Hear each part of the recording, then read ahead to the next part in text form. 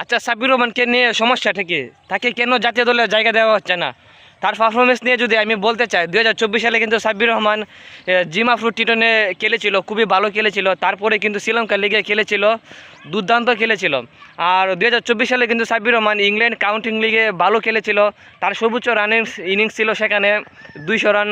তারপর 2025 সালে কিন্তু সাব্বির রহমান ঢাকা প্রিমিয়ার লিগে খুবই ভালো খেলেছিল। আর আমাদের দেশীয় ব্যাটারদের মধ্যে কিন্তু সাব্বির রহমান, বিশেষ করে মিডল অর্ডার ব্যাটসম্যানদের মধ্যে সাব্বির রহমান কিন্তু সেখানে খুবই ভালো খেলেছিল। 160 স্ট্রাইক রেটে সাব্বির রহমান ব্যাট করেছিল।